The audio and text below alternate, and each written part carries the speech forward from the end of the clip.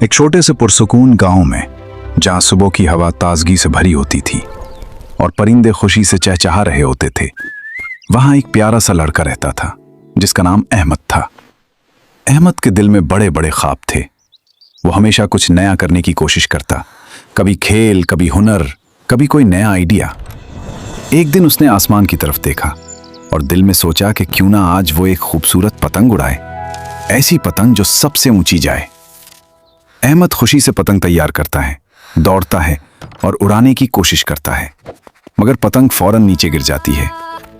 पहली कोशिश कामयाब ना हो सकी, लेकिन अहमद के चेहरे पर अब भी उम्मीद बाकी थी। अहमद ने हिम्मत नहीं हारी। उसने दोबारा कोशिश की, फिर तीसरी बार और फिर चौथी बार। हर बार वो पहले से ज्यादा मेहनत करता, लेकिन पतंग बार बार जमीन पर आ गिरती। वक्त गुजरता गया और उसकी कोशिशें भी बढ़ती गईं, मगर कामयाबी उससे दूर ही रही। दोस्त, छोड़ दो अहमद, ये तुमसे नहीं होगा। ये अल्फाज अहमद के दिल में चप गए। उसकी आंखों की चमक मद्धम हो गई और वो खामोशी से एक दरख्त के साए में जा बैठा। दरख्त के नीचे बैठा अहमद गहरी सोच में डूब गया। वो खुद से सवाल करने लगा, क्या वाकई वो कुछ नहीं कर सकता? क्या हर बार नाकाम होना उसकी किस्मत है? उसके दिल में मायूसी आहिस्ता आहिस्ता जगह बनाने लगी। इसी लम्हे एक दाना और नर्म दिल बुजुर्ग बाबा जी वहां से गुजरे। बेटा, क्यों उदास हो? अहमद ने अपनी सारी बात, अपनी हर नाकामी और दिल की हर उदासी बाबा जी को बता दी। बाबा जी ने गौर से सुना और फिर हल्की सी मुस्कुराहट के साथ अहमद की तरफ देखा। फेलियर हार नहीं होता, ये नया मौका होता है। ये अल्फाज सादा थे, लेकिन उनमें गहरी सच्चाई छुपी थी।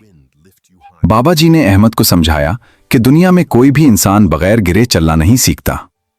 उन्होंने बताया कि हर बार की नाकामी दरअसल एक सबक होती है, जो हमें बताती है कि हम कहां गलती कर रहे हैं और कैसे बेहतर हो सकते हैं। यह बात अहमद के दिल में उतर गई।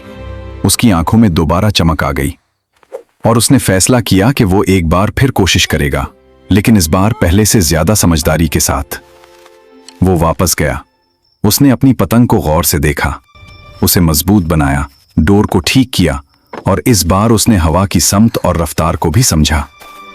हर छोटी चीज पर ध्यान दिया, क्योंकि अब वो सिर्फ कोशिश नहीं कर रहा था, बल्कि सीख भी रहा था। फिर वो खास लम्हा आया जिसका अहमद इंतजार कर रहा था। उसने आहिस्ता से पतंग को हवा में छोड़ा।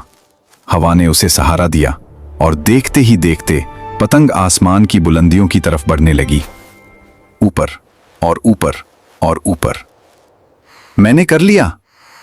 यह सिर्फ एक पतंग की कामयाबी नहीं थी, यह अहमद की मेहनत, सब्र और सीखने की जीत थी।